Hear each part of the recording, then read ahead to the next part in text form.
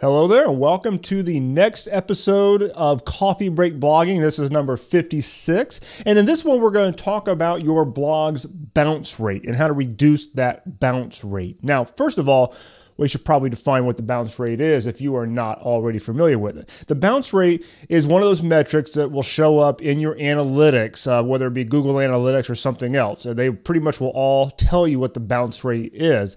It is basically a measure of what percentage of overall visitors who come to your site immediately turn around and run the other direction. So in more technical terms, it's basically the amount of people who come, they visit one page of your site and then they leave. So that's the bounce rate. Obviously, in our ideal world, our bounce rate would be 0%. 0% meaning that every single person who comes to our site begins to engage with it, and that means that they're clicking on other things. Now, obviously, 0% is pretty much unattainable. Every site out there is going to have a bounce rate, and people are going to leave as soon as they get there. The name of the game here is to reduce that bounce rate as much as we can. Now, first of all, what is average? Well, here's the thing. Every analytics piece of software out there seems like it calculates the bounce rate a little bit differently. So sometimes you could go into one piece of statistics software and it will say one thing, and then you go into another one and it will say something else. But I'm going to go based off of Google Analytics because it is the most popular one out there. Now, what I would say is that if your bounce rate is under 60%, you're probably okay. Now, that can seem a little bit weird. That could be like, well, 6 out of 10 people come to my site and then they immediately turn around and go. Well, the thing is, like I said, you'll never get this bounce rate down to 0. First of all, from a marketing standpoint, is if somebody arrives on your site and it just wasn't the right fit for them, you want them to turn around and leave because they're just not your target market.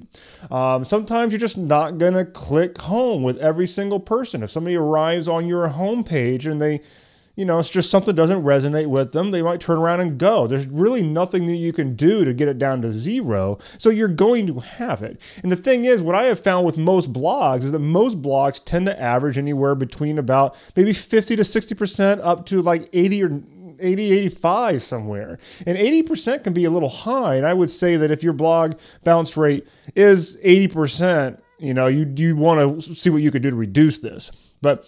So let's talk a little bit more about this. First of all, you want to have an analytics package that will tell you this information first and foremost. And then what you want to do is you want to go in there and run a report, and you want to look at the posts or the pages on your site that are getting the most traffic. And then, excuse me, you want to find out what the bounce rate is on those specific pages. Because here's the thing, if we're going to go in there and reduce bounce rate, it's on a page-by-page basis. Your site will have a global bounce rate, but also every single page will be a little bit different. And if we're going to go back and try to optimize that bounce rate to get it down, we need to focus on where we have the highest leverage. And the highest leverage is going to be on those articles that are getting the most traffic. That way we get the most bang for our buck. The thing is also, when it comes to determining what's going on with your bounce rate so that we can get it down, we need to take into account some things.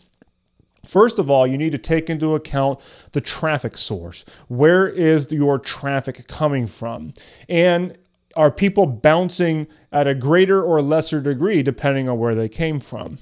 Now, this can be an interesting thing to tell you because it could tell you a little bit about the nature of the traffic, but it can also tell you that whoever linked to you may not be talking to the right set of people for you. So in some cases, in this case, it might not be something that you're really going to be able to fix. I mean, if somebody linked to you with keywords that are not even remotely related to the blog post, well, that's kind of their screw up. I mean, what are you going to do? You could tell them to remove the link if you wanted to, but at the end of the day, those people are going to most likely bounce off because they're going to come and they're like, this is not what I expected, and they're going to leave.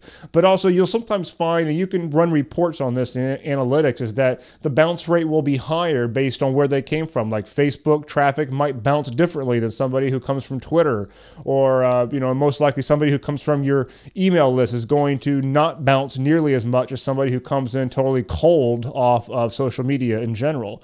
So you need to take that into account. Now, very related to this is going to be the keyword.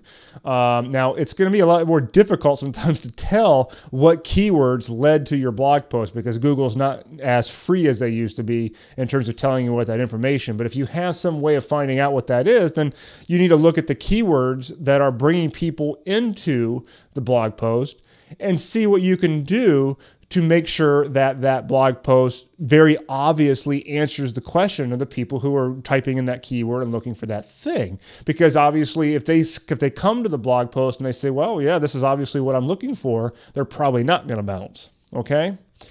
The other thing is mobile. Now, mobile is a really big deal these days, and there's a whole idea of mobile responsiveness, and that just refers to your site's ability to adjust to small screens. And I'm not talking about taking exactly what you see on your desktop and just shrinking it. Literally, the site will adjust, and the menu will collapse on itself and stuff like this so that it's easy to navigate with mobile.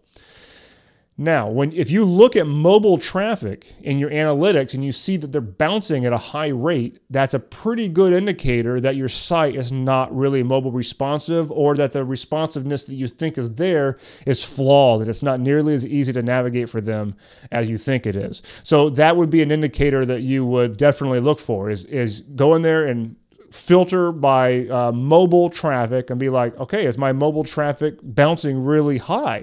And if it is, then you want to go in there and tweak the mobile experience. Now, another thing you could do to reduce bounce rate is to, whenever you link out to another site, then make sure that you open up that link in a brand new window and not use the same window because basically you just now sent that person away from your site and that's a bounce. So make sure that any internal links to your own stuff is within the same window, but if you link out to somebody else's site, you open it up in a new window. That way it does not count as a bounce. You also want to add more internal links. If you're not linking to your own archives within your content, then definitely do it because the whole name of the game with bounce rate is you want to get them to make that second click. You want to get them to go somewhere on your site, not somebody else's. So add more links, add more things for them to click on so that they've got something that attracts their interest. You can also put those money posts that we talked about on episode 53. Episode 53, we talked about the money posts and how to put those in your sidebar. Now, one of the things that you can do when you just select those things is put things there that are very likely to attract the majority of people who come to your site and are enticing, because then people will see those things in your sidebar and be like, oh, okay, I'm going to click on that. So that, again, that would earn the second click to reduce your bounce rate. And then lastly, another thing that you could do is make your navigation more enticing. If you go back to episode 54, where we talked about how to define your blog categories and to align those categories around the benefits of that your target market is looking for, then if you put those things up in your top navigation, then somebody clicks on them, or somebody's going to be more willing to click on them because the things that they see are more aligned with what they want, then you're going to earn that second click. All these things go down into reducing your bounce rate. Now, reducing bounce rate, I mean, do you want to spend a lot of time on this? Sure, it's one of those metrics you do want to get down, but you do need to take it with a grain of salt. It's not one of those things where just across the board, if you have over a certain number, it's automatically good and below it, bad and below it is good or anything like that. You have to look at what the makeup of the data. Like I said, mobile traffic, is it bouncing? What's the keywords that are bringing them in? What type of people are getting there? I mean, the whole name of the game is if you want that second click, you need to get as close to as you can to attracting the right kind of people and giving them exactly what they want. If you do that, you can get your bounce rate down. Okay? All right, so if you want to take this a little bit further and we talk a little bit more about bounce rate inside the action plan that I've been talking about in the last few episodes here of Coffee Break Blogging, and that's called the Perfect Blog Blueprint. It's the latest action plan that I have inside the vault over at the Blog Marketing Academy. Kind of takes you through a step-by-step tour of all the different design elements and content structure elements on your blog and how to tweak each and every one of them for proper conversions. So that's the Perfect Blog Blueprint. You can get more information information about that at it's blogmarketingacademy.com/blog blueprint. Okay.